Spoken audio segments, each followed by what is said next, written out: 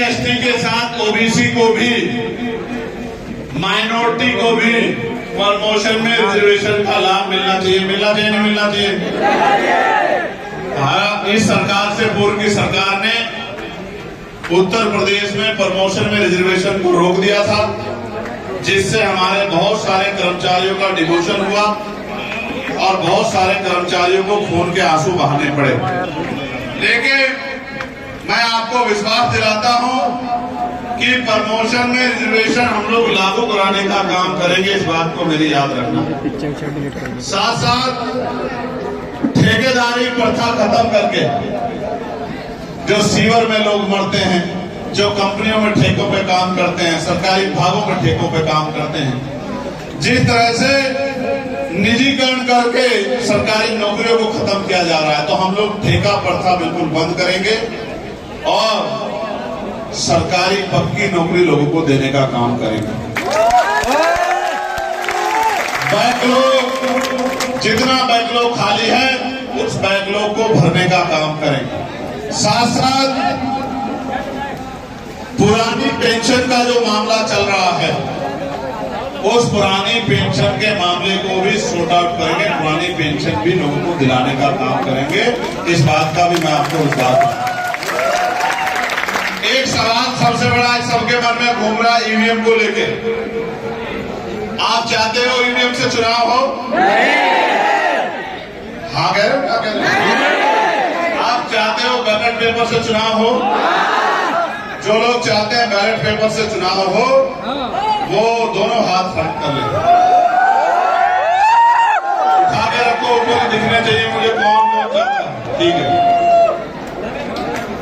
हम लोग पूरा प्रयास करेंगे कि सरकारी मशीन ईवीएम से चुनाव ना हो, बैलेट पेपर से चुनाव हो।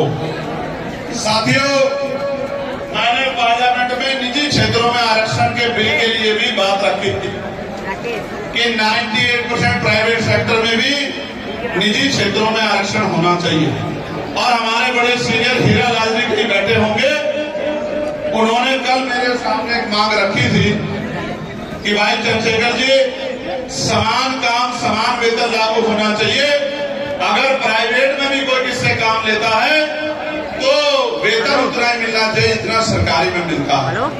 मैंने उनको विश्वास दिलाया था कि इस बार पार्लियामेंट चलेगी, मैं इस विषय को जोर शोर से उठाने का काम करूंगा कि समान काम समान वेतन लागू होना चाहिए। 8 घंटे काम के लिए अगर सरकार 1000 रुपए देती है, मजदूरों को भी 1000 रुपए मिलने चाहिए। प्यारे साथियों, साथ साथ ये पुलिस के भाई बड़े परेशान, देखो पसीने पसीने हो गए हमारे चौधरी साहब दिनेश चंद जी। इनकी लड़ाई कोई नहीं लड़ता, सब इनसे नाराज रहते हैं, झगड़ते रहते हैं नेता जी। कई जगह तो अभी पुलिस को पीट दिया, थाने में घुस गए, कहीं चेकिंग में गए, वहां पीट दिया। इनकी समस्या को समझना पड़ेगा। पुलिस की समस्या क्या है? क्या पुलिस अपराधी या पुलिस जनता को पीटना चाहती? नहीं। देखो समझो, जब आप मुझे तंग करोगे तो मैं क्या करूंगा? गुस्सा हो जाऊंगा, नाराज हो जाऊंगा। जैसे मैंने आपको बैठने को, आप नहीं बैठे तो मुझे पीड़ा हुई कि आप मेरी बात को मानते नहीं।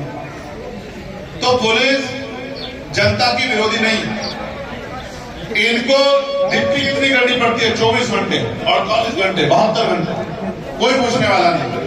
रोटी मिली या नहीं मिली है, पानी मिला नहीं मिला है, कपड़े मिले नहीं मिले, वर्दी वही है नहीं वही है, और कुछ इनको मिला नहीं मिला, सोने को मिला नहीं मिला, खाने को मिला नहीं मिला, बैठने को मिला, कोई नहीं पूछने वाला।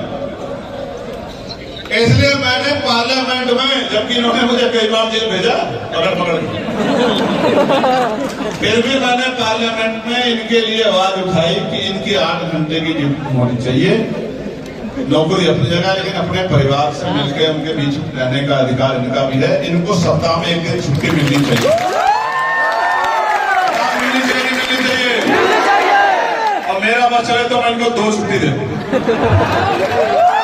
सप्ताह में इनको 1 दिन छुट्टी मिलनी चाहिए। बॉर्डर स्कीम खत्म होनी चाहिए बराबर के जिले में और बराबर के जिले में, जिससे कि छुट्टी वाले दिन अपने घर पहुंच जाएं, अपने बच्चों में अपनी माँ, अपनी बहन, अपने पत्नी, अपने बेटे, अपने पिता के पास पहुंच जाए, अपने भाइयों पहुंच जाए। इसलिए बॉर्डर स्कीम खत्म होनी चाहिए, इनकी वेतन विषमता दूर होनी चाहिए।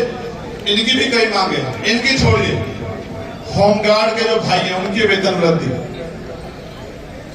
हमारे शिक्षा मित्र भाइयों का, बहनों का समायोजन,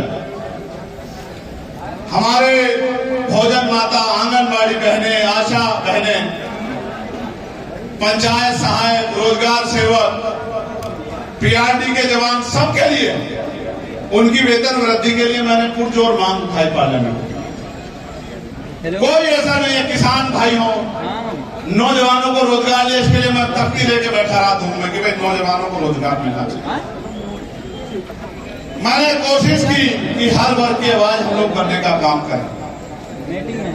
फिर मैंने ये जो मांग मैं आपके सामने रख रहा हूं, बहुत इंपोर्टेंट है, गौर करना। सरकारी स्कूल ये सरकार बंद कर रही है, ठीक है?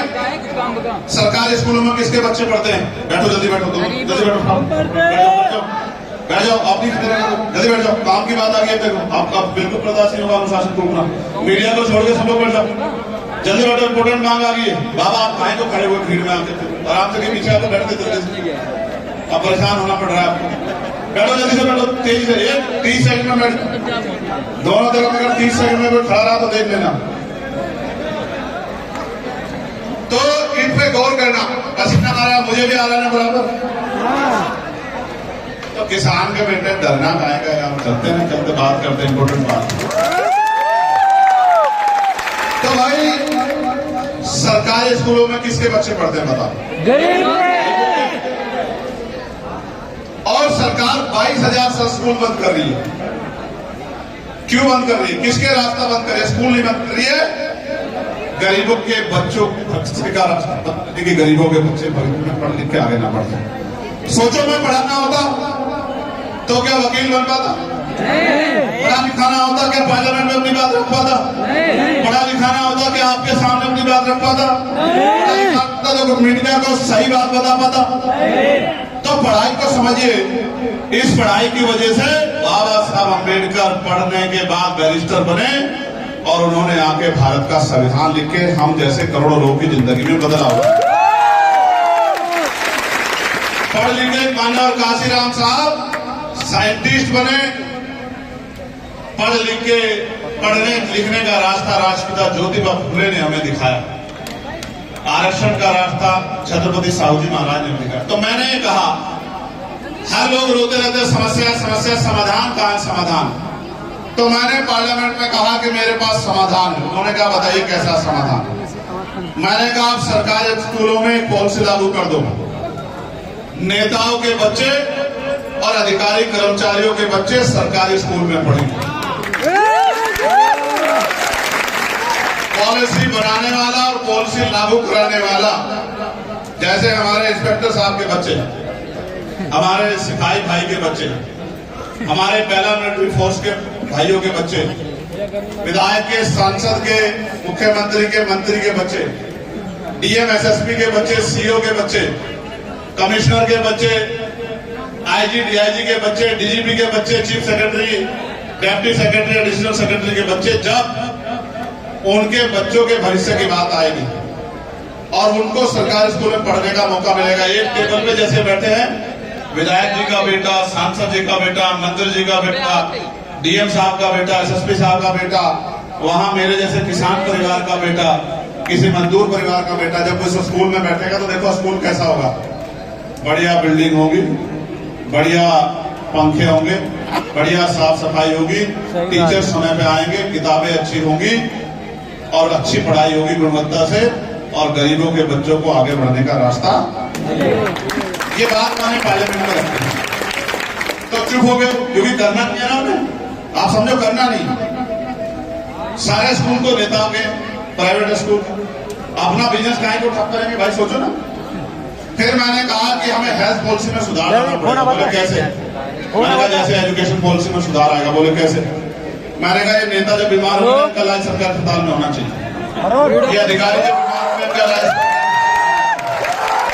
मैंने कहा जो इनके बच्चे बीमार हो जाए तो उनका सरकारी अस्पताल में होना चाहिए। जो सरकारी सुविधा ले रहा है, सरकारी तनख्वाह ले रहा है, सरकारी पेंशन ले रहा है, सरकारी सुरक्षा ले रहा है, सबके परिवार के लोगों को सरकारी अस्पताल में इलाज मिलना चाहिए। आप सोचो, जिस अस्पताल में मेरा इलाज होगा, जिस अस्पताल में मुख्यमंत्री का इलाज होगा, जिस अस्पताल में मंत्री का इलाज होगा, जिस अस्पताल में विधायक जी का इलाज होगा, जिस अस्पताल में डीएम एसएसपी उनके बच्चों का, उनके परिवार का इलाज होगा, उस अस्पताल में बिल्डिंग भी अच्छी होगी, सारे टेस्ट भी वही होंगे। टेस्ट में जेब कटती है ना पूरी, दवाइयां भी वही मिलेंगी, डॉक्टर भी टाइम पे आएगा और साफ सफाई भी होगी। पैसे की कमी के कारण किसी की जान नहीं जाएगी। इसलिए मैंने कहा कि भाई सरकारी अस्पताल में भी बदलाव। चंद्रशेखर भैया अब बदलेंगे क्यों बदलेंगे? प्राइवेट हॉस्पिटल तो सब इनके चेक करा लो, सब में नेताओं की पार्टनरशिप है। इसलिए मेरे पास भी एक आया, बोला सांसद जी मैं अस्पताल बना रहा हूं, आपकी 25% की पत्ती कर देता हूं, बस आप अपना बोर्ड लगवा देना। मैंने कहा मैं ऐसा सांसद नहीं हूं जो 25% की पत्ती लेके और आपका हॉस्पिटल चलाने का काम करे, गरीबों की जेब कटवाने का काम करे। मैंने कहा मैं ना 25 लूंगा, ना 50, ना 100। मैं तो कोशिश करूंगा कि आपके ऊपर भी ये फाउंडेशन लगा दूं कि आप 10 रुपए से ज्यादा फीस नहीं लोगे, गरीबों का मुफ्त में लाओ। एकदम से उठ के भाग गया, चाय भी नहीं पी मेरी, समझे? सबको खरीदना चाहते हैं, सबको डराना चाहते हैं, सबको अपने काबू में करना चाहते हैं। लेकिन जिन्होंने जान भी दांव पे लगा दी हो, वो किसी चीज का लालच करेंगे क्या? अगर मैं तुमसे कुछ मांगू, दोगे नहीं दोगे बताओ? सोचो, मुझे कल पैसे की जरूरत हो जाए इस आंदोलन चलाने के लिए, दोगे नहीं दोगे? एक आदमी कितने पैसे दे सकता है? जितना हो सकता है, जितना हो सकता है। जो सबसे गरीब हो वो बताओ कितने पैसे दे सकता है? जितना हो सकता है।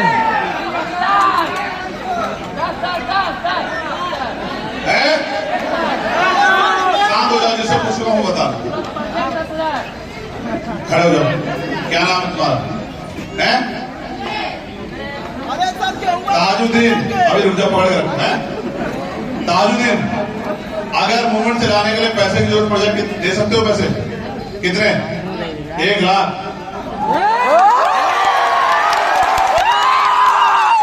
तुम्हारा क्या बैठ जाता है? क्या नाम है तुम्हारा? मोनू। कितने पैसे जेब में हैं? गिन के बताओ। शांत हो जाओ, बाकी लोग नहीं बोलेंगे। चुप रहो सब लोग। बाकी बेटे मोनू कितने हैं? बता दो, गिन के बता दो एक बार, मेरे कैसे बता दो। बहुत पैसा बा।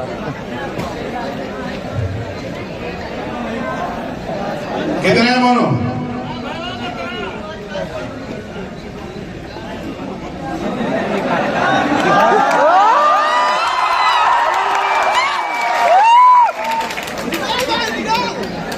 वीडियो बना दे सारे।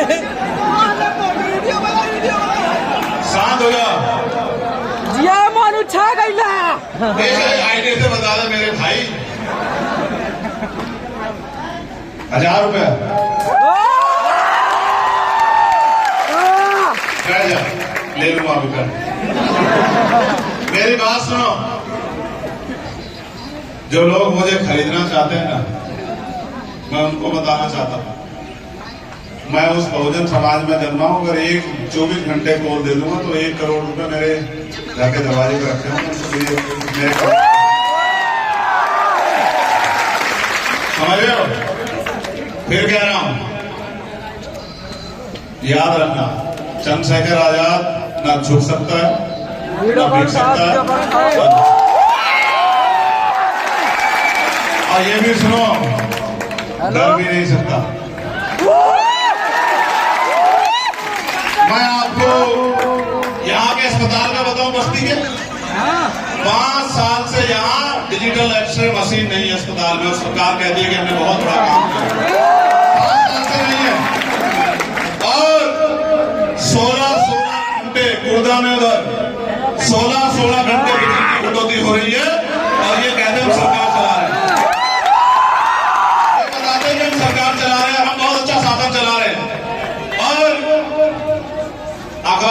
दोगे तो रोज किसी गरीब की बेटी की इज्जत पे हमला हुआ होगा, किसी को मारा गया, किसी की जमीन छीनी गई हो, किसी को अपमानित किया होगा। ये सरकार चला रही है। बदलाव होने दो। 24 घंटे बिजली मिलेगी और इतने कम दामों में मिलेगी कि गरीब आदमी भी उस बिजली का बिल दे सकता है। और सुनो, अस्पताल में एक्सरे मशीन नहीं है ना, डिजिटल। 1 साल के अंदर प्राइवेट हॉस्पिटल मुकाबला नहीं कर पाएगा सरकारी अस्पताल के जनता के राजा। 5 स्टार होटल कम लगेगा अस्पताल के सामने।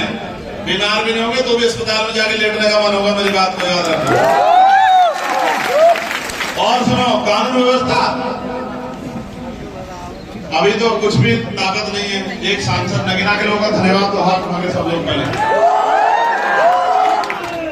बोलो धन्यवाद। नगीना नगीना वासियों की जय हो और आपकी भी जय हो। सिद्धार्थनगर में 80,000 से ज्यादा वोट देने का काम आपने किया था, आपकी भी जय हो। और हमारे नेतृत्व का, हमारे लीडरशिप का, हमारे जिले के मंडल के साथियों का विधानसभा